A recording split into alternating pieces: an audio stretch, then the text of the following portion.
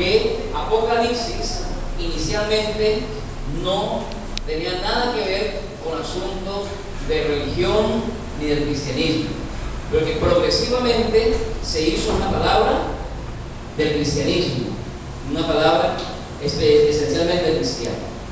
Se usó para la revelación, ahora se usa para la revelación de la voluntad de Dios en relación con lo que tenemos que hacer en un momento dado.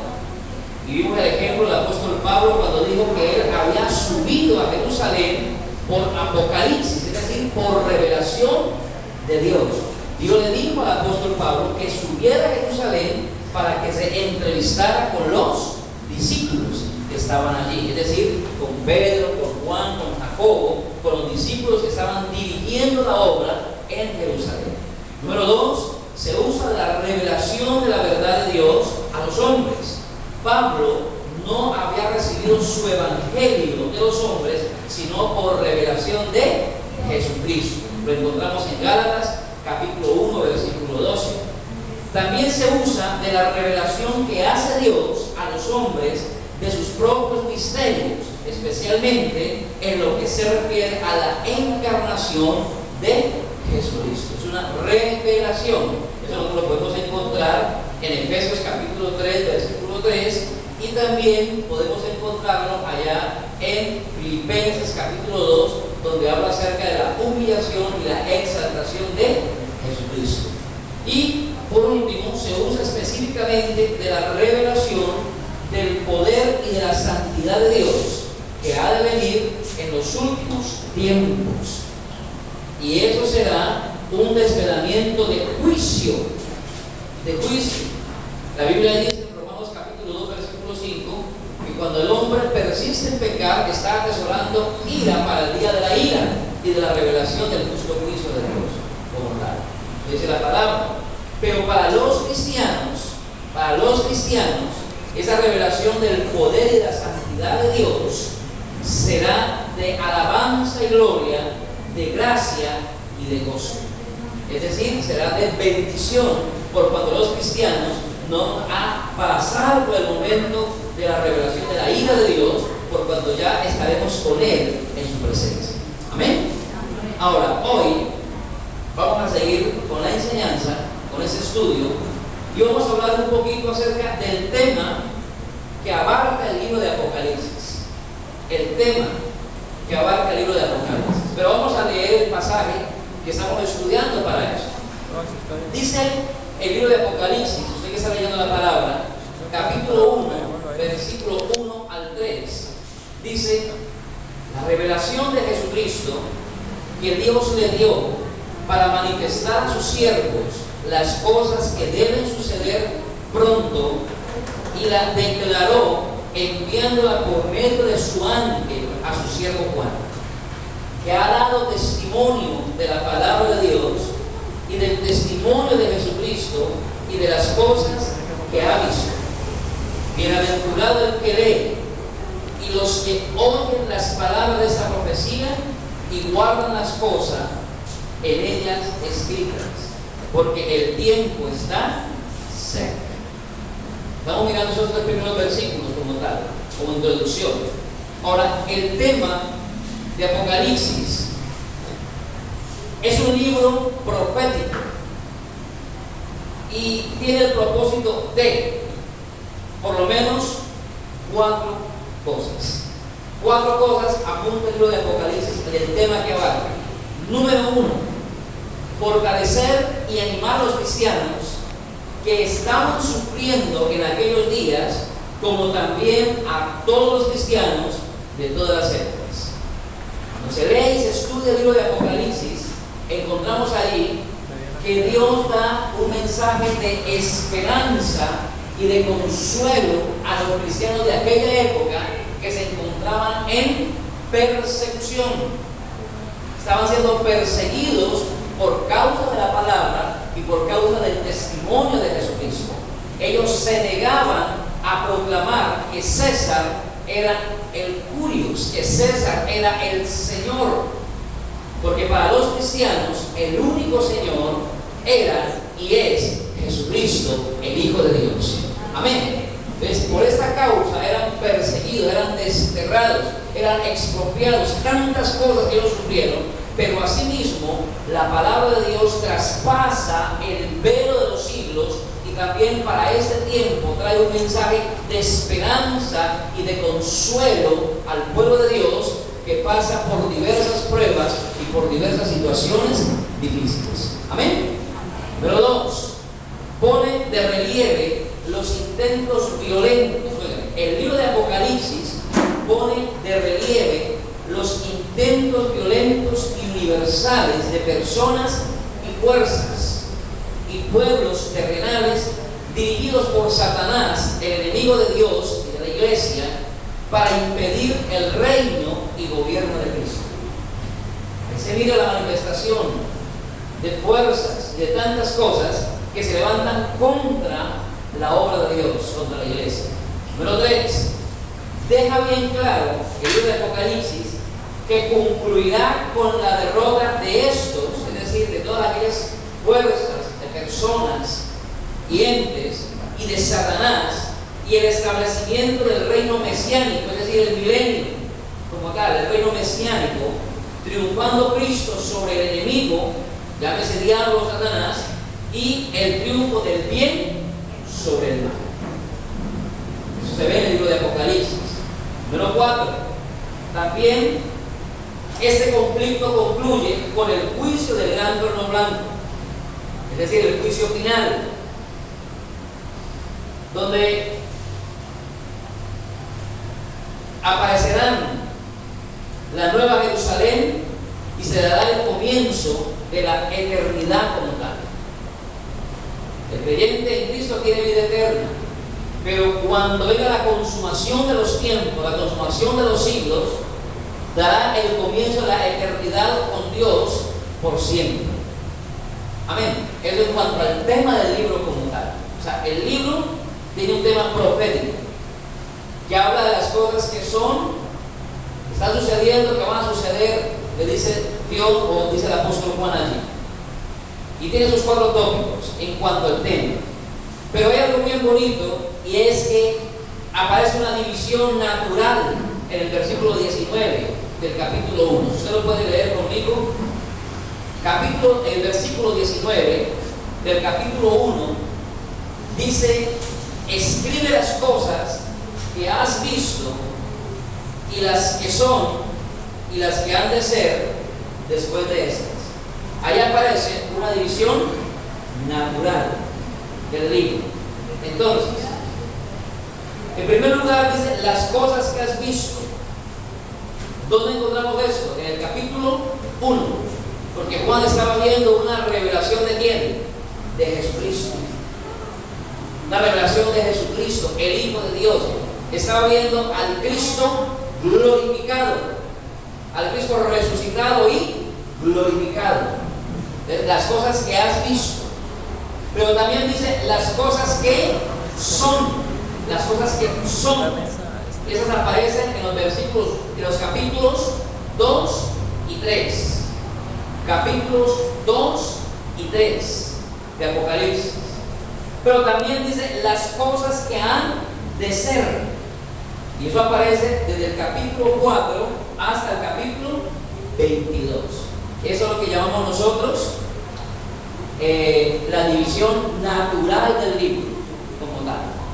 En el capítulo 1 aparecen las cosas que has visto, lo que él estaba viendo en ese momento. Pero en los capítulos 2 y 3, las cosas que son, lo que él te iba a mandar a decir a las iglesias, las que son como tal, estaban sucediendo. Pero también las cosas que han de ser. Eso vamos en cuanto a la introducción del libro, viendo el tema y la estructura como tal. Ahora, hablemos un poco de la revelación de Jesucristo. Y esto se refiere, hermano, la revelación de Jesucristo.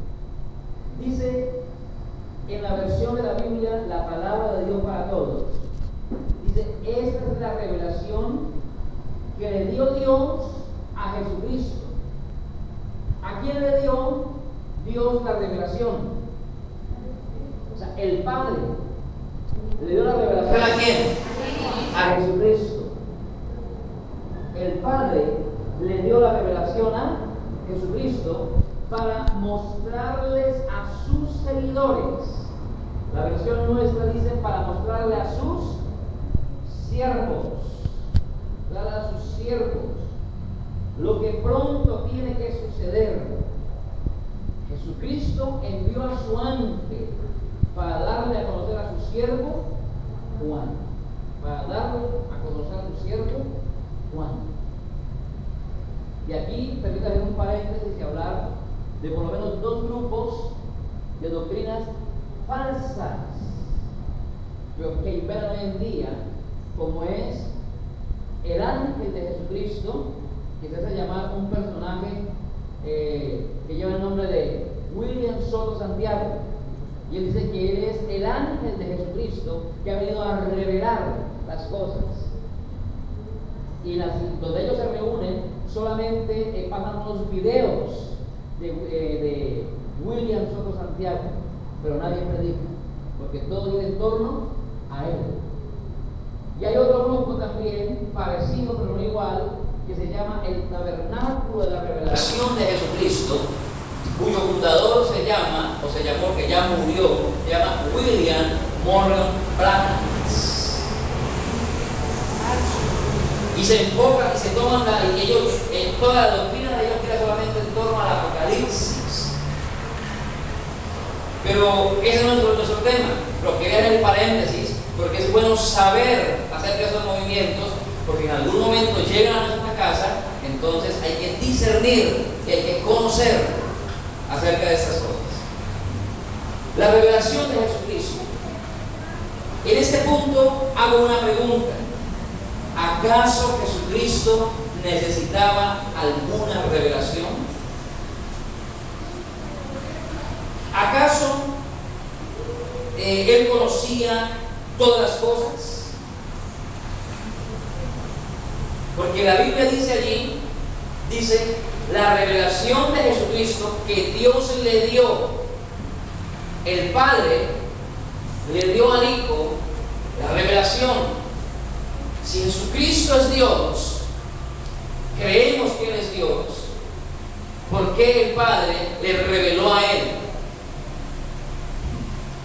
La pregunta para hacerse, ¿cierto? Entonces, la única explicación a esa pregunta es lo que se llama teológicamente la kenosis de Jesucristo. ¿Qué es la kenosis? Vayamos a Filipenses capítulo 2. Usted me está acompañando con su Biblia, es un estudio bíblico. Cuando venimos a estudiar la palabra, venimos con nuestra Biblia. Entonces, ¿acaso Jesucristo necesitaba alguna revelación? ¿Acaso Él conocía todas las cosas? Filipenses 2, versículos 5 al 8, dice: haya pues en vosotros este sentir que hubo también en Cristo Jesús, el cual, siendo en forma de Dios, no estimó el ser igual a Dios como cosa a que aferrarse, sino que se despojó a sí mismo, tomando forma de siervo, hecho semejante a los hombres, y estando en la condición de hombre, se humilló a sí mismo, haciéndose obediente hasta la muerte, y muerte de cruz. Eso es lo que se llama teológicamente la kenosis, o el vaciamiento de Cristo. Él se vació, se despojó de su gloria, de su deidad. Pero debemos notar que al mismo Salvador le era oculto el tiempo de su venida.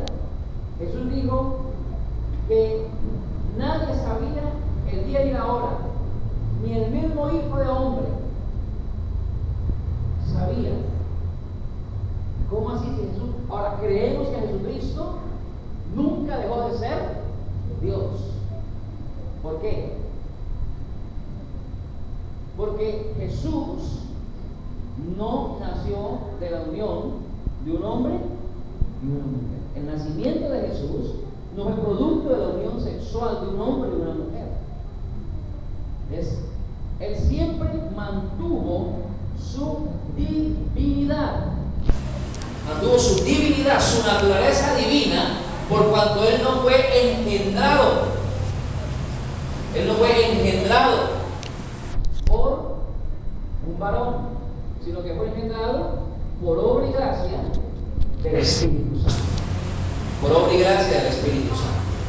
Por eso Él nunca perdió su divinidad. Sin embargo, se despojó, se vació, se hizo hombre como tal, se hizo hombre.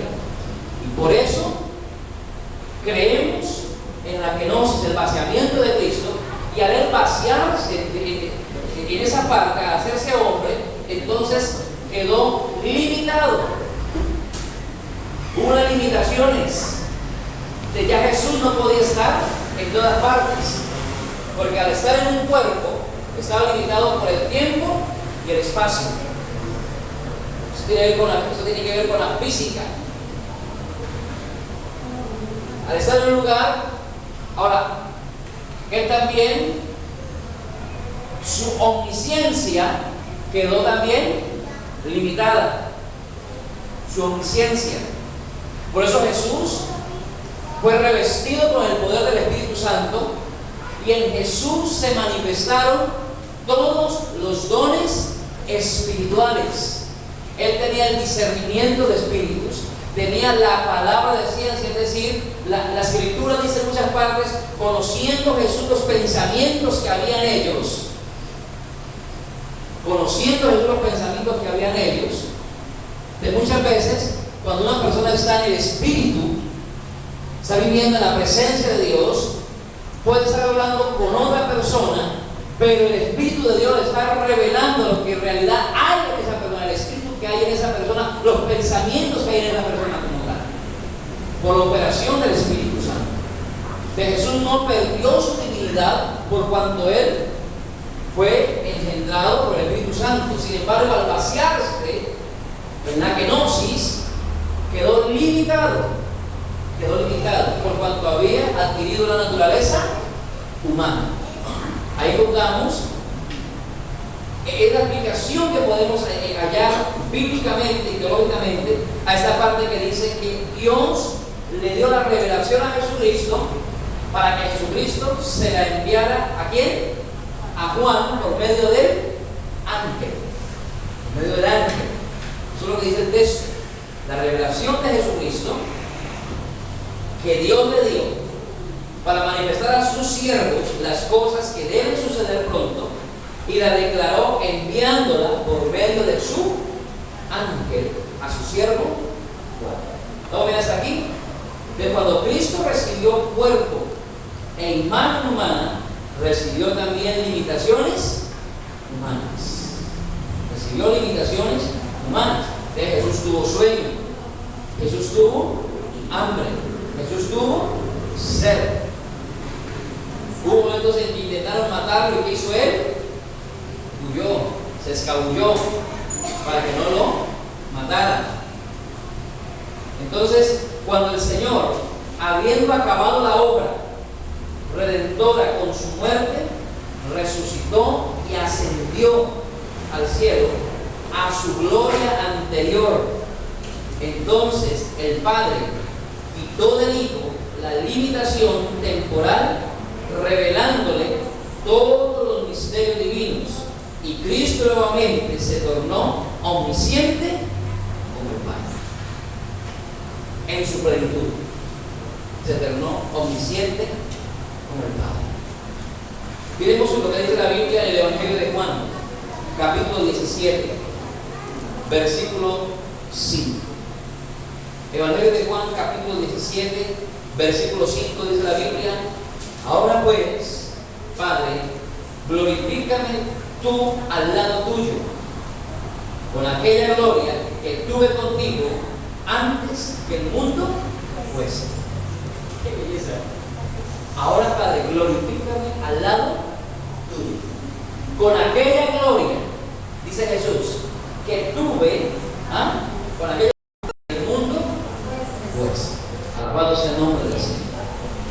Revelación o Apocalipsis es un libro considerablemente grande en su contenido. Revela mayormente detalles concernientes a la segunda venida de Cristo. ¿Quiere usted y quiero yo aprender de la segunda venida de Cristo? ¿Dónde lo encontramos? En el libro de Apocalipsis.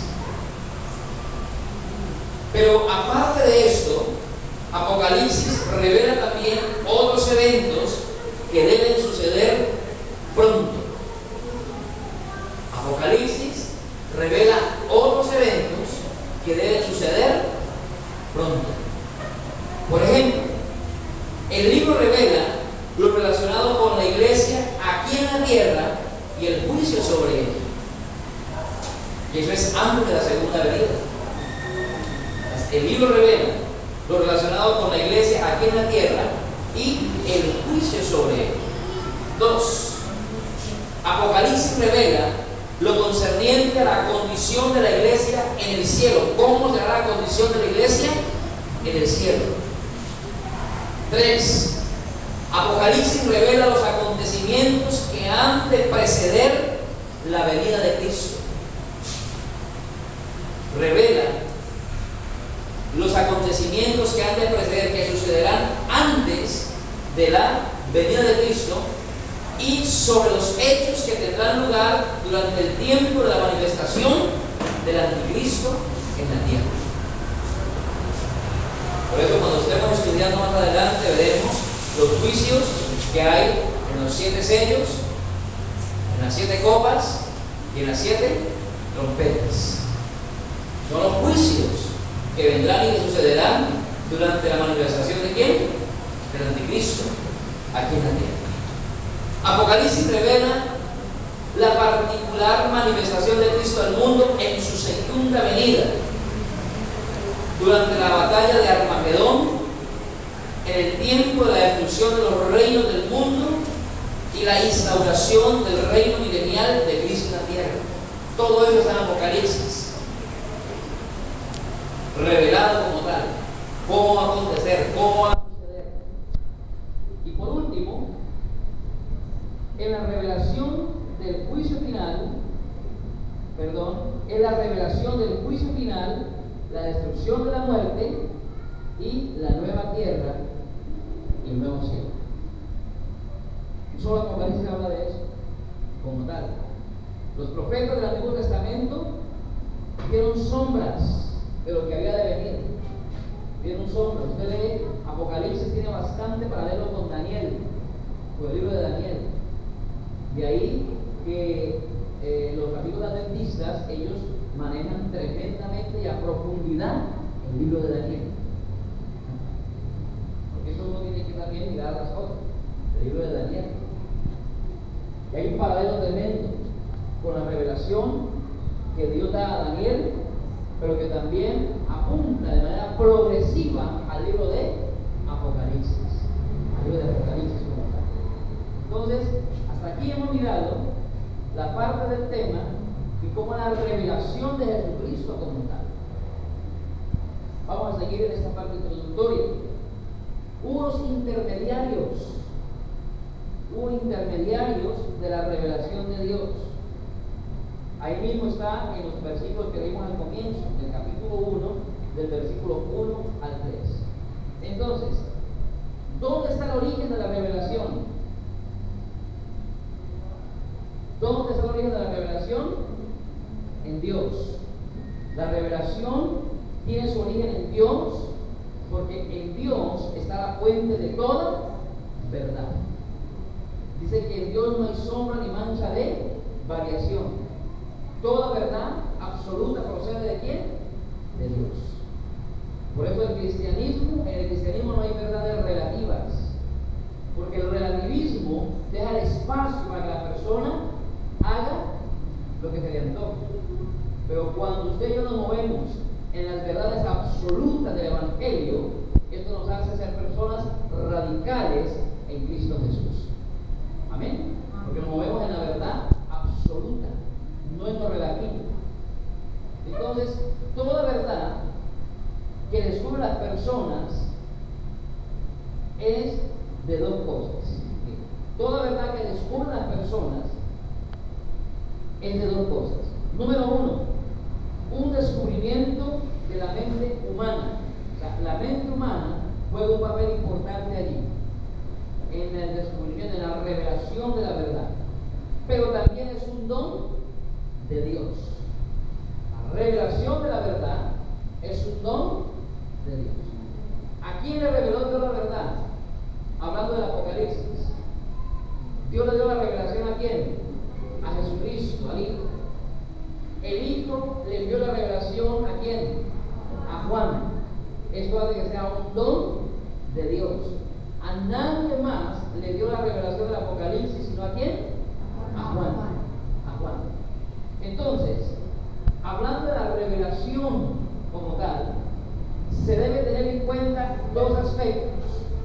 Número uno, las personas no crean la verdad. No son creadoras de la verdad. Las personas no son creadoras de la verdad, sino que la reciben de Dios. La verdad procede de Dios. Por eso dice la Biblia. Jesús le dijo a los discípulos, a los judíos que habían creído en él: si ustedes permanecen en mis palabras, serán verdaderamente mis discípulos y conocerán la verdad, y esa verdad los hará libres. Pero si permanecen. Tienen que permanecer. Para allá apuntamos ahora. De las cosas no crean, las personas no crean, no son creadoras de la verdad, sino que la reciben de Dios. Y también se debe tener en cuenta que esa recepción se realiza de dos maneras. Para recibir la verdad se da de dos maneras. Ojo con esto.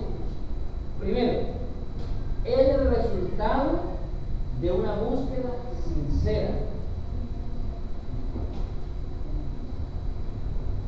Que sea revelada la verdad en mi vida, que el Espíritu de Dios me revele la verdad, es el resultado de una búsqueda sincera, de corazón.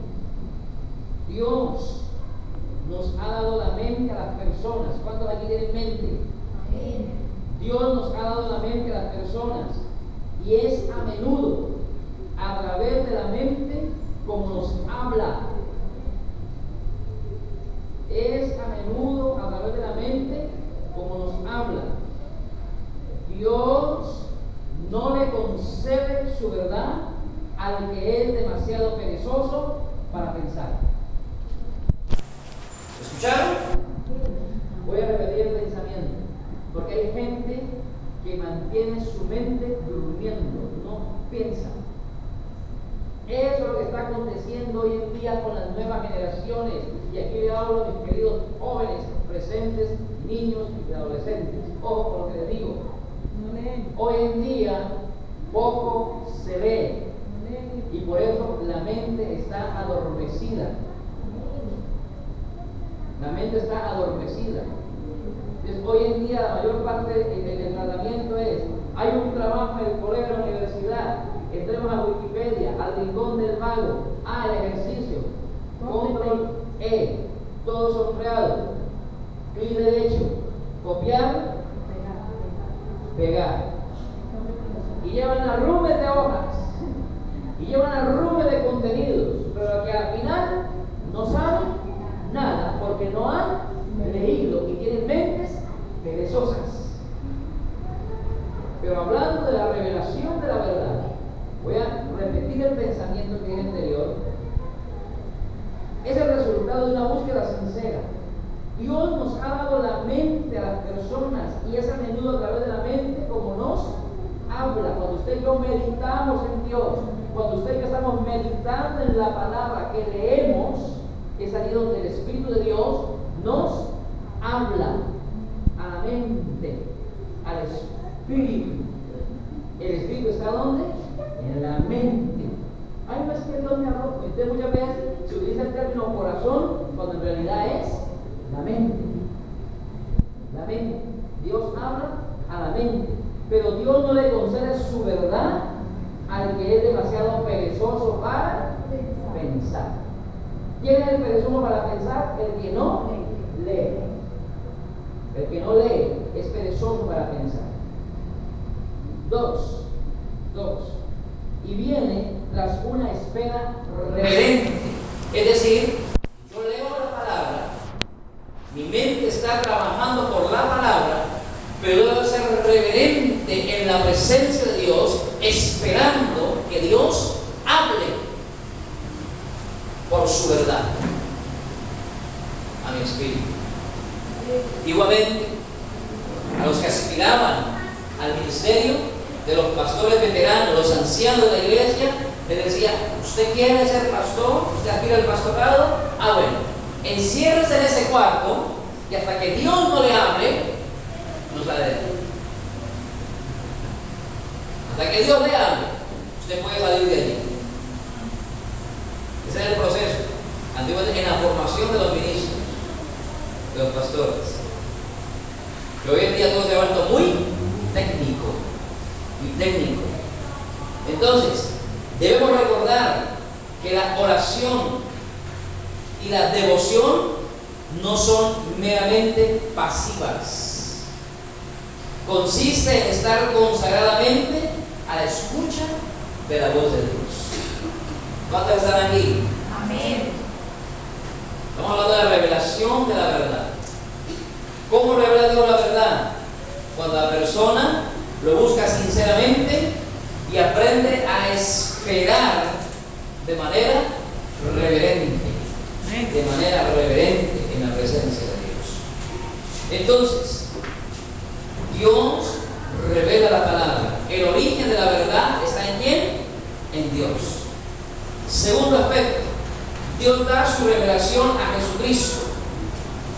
En el primer punto vimos que la revelación tiene su origen en Dios, quien es la fuente de toda verdad, y la revela al que la busca sinceramente y al que espera de manera reverente. Dos, Dios le da su revelación ¿a quién? A Jesucristo, a su Hijo Jesucristo. Desde la Biblia nunca hace a Jesús un segundo Dios, porque Él es Dios. Creemos que Jesucristo es Dios, no es un segundo Dios, porque si usted y yo creyéramos que Jesucristo es un segundo Dios y que el Espíritu Santo es un tercer Dios, estaríamos entrando en el triteísmo o en el politeísmo como tal. No creemos en lo que la palabra dice: oh Israel, Jehová vuestro Dios, Jehová uno es. Jehová uno es. Creemos en un solo Dios. Amén. Entonces, más bien subraya su absoluta dependencia de Dios. Mire lo que dice Juan 7:16. Jesús, cuando estuvo aquí en la tierra, mostró esa dependencia. Y hay algo interesante. ¿Quién va a dar la orden entonces para que el Hijo venga? ¿Quién va a dar la orden para que el Hijo venga? El Padre. El Hijo está sentado a la diestra del Padre, intercediendo por la iglesia. Pero el Hijo está esperando la orden del Padre como tal. Es capítulo 7 de Juan, versículo 16 dice: Jesús le respondió y dijo: mi doctrina no es mía, sino de aquel que me envió. Y ahí mismo en el capítulo 8, versículo 28 dice: les dijo pues Jesús: cuando hayáis levantado al Hijo del Hombre, entonces conoceréis que yo soy, y que nada hago por mí mismo, sino que según me enseñó el Padre, así hablo. En el capítulo 12, versículo 49, también aparece allí una palabra bien interesante de Jesús cuando dice: porque yo no he hablado por mi propia cuenta, el Padre que me envió, Él me dio mandamiento de lo que he de decir y de lo que he de hablar. De lo que he de hablar. Es la verdad. Dios es la verdad de Dios. Lo que Jesús trae a los hombres. Lo que Jesús trae a los hombres es la verdad de quién? De Dios. El Hijo vino a revelar el carácter de quién? Del Padre. El que ha visto al Hijo ha visto al Padre en Jesús. El que ha visto al Hijo ha visto al Padre. Y el que tiene al Hijo viene del Padre. Dice la Escritura como tal. Entonces, es la verdad de Dios lo que Jesús trae a los hombres. Y por eso su enseñanza, la enseñanza de Jesús, es definitiva y única. Amén. La enseñanza de Jesús es definitiva y es única. Dios jamás, aprendamos eso acá, Dios jamás hará nada sin antes comunicarlo a sus siervos, los profetas. Es decir, Dios no es arbitrario. Aunque Él es soberano, Dios no es arbitrario. Interesante esto, ¿no? Dios es soberano. Creemos en la soberanía de Dios, ¿cierto? Él es soberano. Pero con todo y ser soberano, nunca hace algo sin haberlo comunicado a sus siervos, los profetas. Vamos a ver por esto. Amén. Leamos algunos textos sobre esto. Miren. Génesis 6:13. Vayamos a Génesis, porque esto debe ser corroborado con la Biblia. Génesis 6. Génesis capítulo 6, versículo 13. Allí vamos a encontrar cuando Dios se le aparece a un hombre llamado Noé. Dijo pues Dios a Noé: he decidido el fin de todo ser, porque la tierra está llena de violencia a causa de ellos, y aquí que yo lo destruiré con la tierra. Entonces Dios decide destruir la tierra por medio del diluvio, pero antes de hacerlo, ¿a quién se lo dice? ¿Y para qué se lo dice? Para que construya el arca.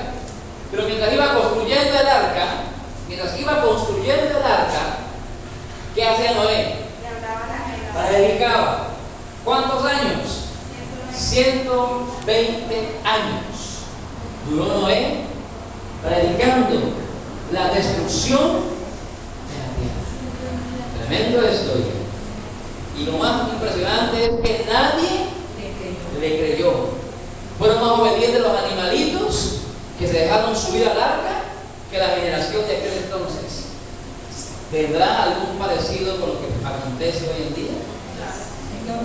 Por eso dice la Biblia que la venida del Hijo del Hombre será como en los días de Noé.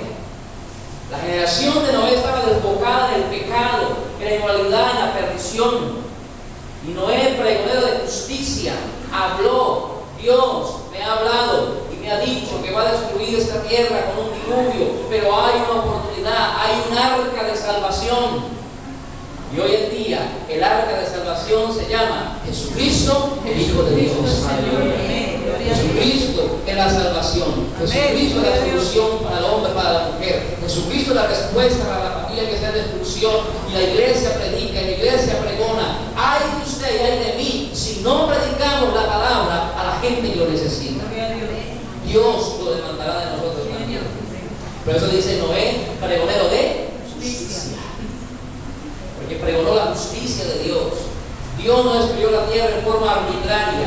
Dios le reveló a su siervo lo que iba a hacer. Mientras Noé predicaba, y la gente lo tildaba de loco, la gente lo tildaba de desquiciado. Óigame bien, terrible. Y solamente se salvaron 8. Noé, su esposa, sus hijos, sus nueras y los animalitos. El Dios jamás hará algo sin antes revelarlo a sus siervos los profetas. Capítulo 18 de Génesis, versículo 17. Capítulo 18, versículo 17 de Génesis dice: y Jehová dijo: ¿encubriré yo a Abraham lo que voy a hacer? Habiendo de ser Abraham una nación grande y fuerte, y habiendo de ser benditas en él todas las naciones de la tierra. Porque yo sé que mandará a sus hijos y a su casa después de decir que guarden el camino de Jehová, haciendo justicia y juicio, para que haga venir Jehová sobre Abraham lo que ha hablado acerca de él. Entonces Jehová le dijo: por cuanto el clamor de Sodoma contra Sodoma, el pecado de ellos se ha agravado en extremo, descenderé ahora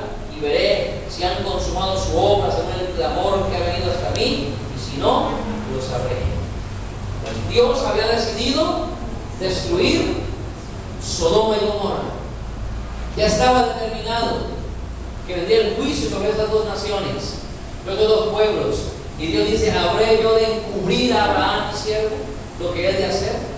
Y le revela y le habla. Y es allí cuando usted mira el texto siguiente que Abraham entra a interceder. Y si hubiese tanta gente allí, habrá de destruir también al justo, al impío. Y si hubiese tantos, intercede y clama. Y la Biblia enseña que Lot fue salvo de la destrucción de Sodoma solo porque Dios se acordó de Abraham. Fue salvo con la intercesión de su tío. Mire cuán importante es que usted interceda por su familia. Cuán importante es que usted interceda por su esposo, por su esposa, por sus hijos. Óigame bien, interceder es ponerse a favor de ante Dios. Cuando Dios iba a destruir al pueblo de Israel por murmurar, por terco, por rebelde, Moisés se colocaba ante el pueblo y decía: quítame la vida a mí. Esa es la intercesión.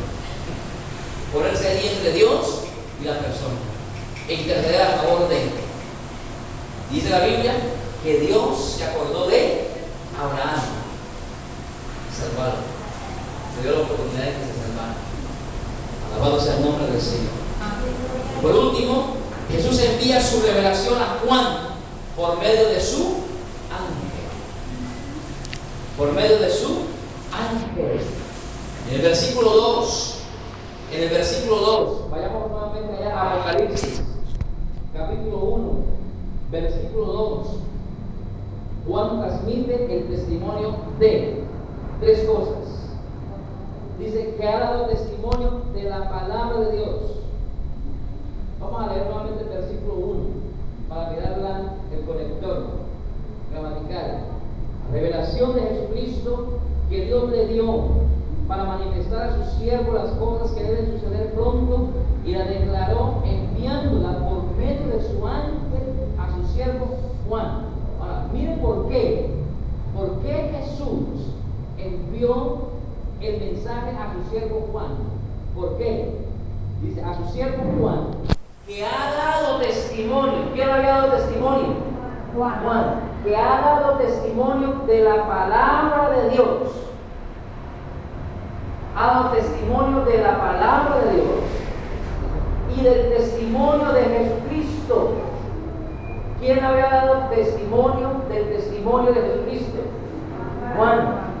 Y de todas las cosas que ha visto. Es decir, que ya Juan había tenido algunas visiones. Dice: y de todas las cosas que ha visto. Pero también Juan era el último de los apóstoles que quedaba vivo. Juan fue el último en morir. Todo, es más, dice la historia que Juan fue el único apóstol que murió de muerte natural. Es decir, no fue llevado al patíbulo, no fue llevado a la arena, murió de muerte natural. Dice la historia. El único. De resto, todos los otros apóstoles murieron devorados por piedras, colgados. Dice que al apóstol Juan, dice la historia que le cortaron, al apóstol Pablo, que le cortaron la cabeza. Pedro lo crucificaron, pero él dijo: no soy digno de morir como mi Señor, por lo tanto, si me crucifican, póngame de cabeza. Eso narra la historia. Pero Juan, según la historia, murió de muerte natural. Y a Juan le fueron dadas estas tres cosas. Juan transmite el testimonio de la palabra de Dios, del testimonio de Jesucristo y de todas las cosas que ha visto, y lo envía ¿a quién? ¿Quién es el destinatario del libro de Apocalipsis originalmente? ¿Quiénes son los destinatarios? Las 7 iglesias de Asia Menor. Las 7 iglesias de Asia Menor. Y lo envía a las 7 iglesias de Asia Menor. Ahí mismo en el capítulo 1, versículo 11 y versículo 19, dice que decía: yo soy el alfa y el omega, el primero y el último. Escribe en un libro lo que ves y envíalo a las 7 iglesias que están en Asia, a Éfeso, Esmirna, Pérgamo, Tiatira, Sardis, Filadelfia y Laodicea. Y en el versículo 19 dice: escribe las cosas que has visto y las que son y las que han de ser después de esto. Por lo tanto, el Apocalipsis es palabra de Dios. El Apocalipsis es la revelación de Jesucristo glorificado y nos dice lo que Jesucristo va a realizar con sus creyentes y con el mundo que lo rechaza. Cuando yo miraba esto, me impresionaba. Me impresionaba. Aquí estamos concluyendo el tema y los intermediarios de la revelación. Miren, por lo tanto, grabemos eso. Por lo tanto, el Apocalipsis es palabra de Dios. El Apocalipsis es la revelación de Jesucristo glorificado. Y el Apocalipsis nos dice lo que Jesucristo va a realizar con sus creyentes, con su iglesia. Pero también nos dice lo que Él va a realizar con el mundo que le rechaza. Esto me impresionaba, Señor. Porque la Biblia dice que todos tenemos que comparecer delante de Dios. Pero hay una gran verdad, mis amados. La iglesia que sea raptada, la iglesia que sea arrebatada el día que suene la trompeta, esa iglesia no pasará por el juicio final. Porque nosotros estaremos en el tribunal de Cristo, que no es para condenación, sino para recompensas, para galardones, para los premios que Dios tiene para los vencedores. Alabado sea el nombre de Jesús. Pero también la verdad nos muestra que hay un juicio final.